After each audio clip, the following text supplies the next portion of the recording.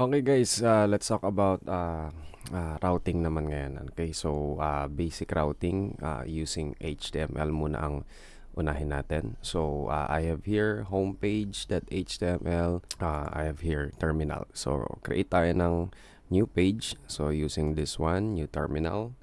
So Ionic, generate page, for example, about, and then there you go. We have another page. And then also we can create another one. Let's say generate page contact. Okay, so let's head over to app routing module muna. Okay, so every time na nagdadagdag kayo ng page, may nadadagdag dito.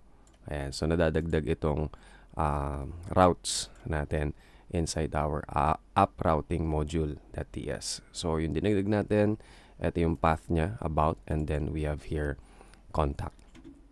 So yun yung pangalan ng folder din natin, ano. So yun yung ilo-load ng page natin. So in navigating sa different page using HTML muna.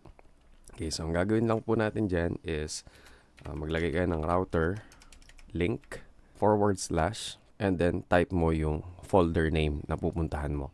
In this case, again, sa may app routing module.ts natin, yung path home and then yung bakante is magre-redirect lang din siya sa home. Okay, so ibig sabihin, pwedeng / lang yung gamitin natin kapag gusto natin pumunta sa home, or you can type / home. So parehas lang po yun. Router link / contact. Okay? And then, let's try this out. Home, so hindi siya lilipat dyan. About, and then we have here contact.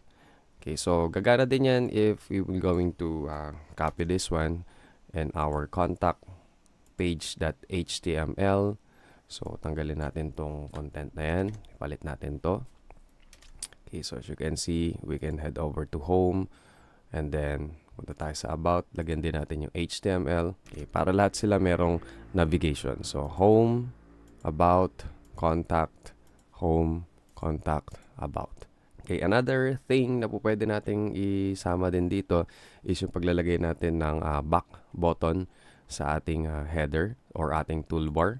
So we can add ion buttons, and then inside ion buttons, we can add ion back button. Okay, and then lagyan lang natin siya ng slot start. Okay, so ilagay natin yan sa page natin, sa home page, and then sa contact page. So as you can see, ito yung back button natin. So pagka-click natin yan, nanggaling tayo kanina sa about. So babalik tayo dun sa may about. Okay, so additional to this, when deleting page naman, for example, namali ka ng page mo, for example, itong contact, ayaw mong ilagay. So all you have to do is to just right-click yung folder, delete, and then, okay. Now, it will throw an error kasi sa app routing module natin, hindi siya automatic na mag-delete. So all you have to do is to remove this path, okay, or remove this object within this array, yung ating contact, and then it will work na din.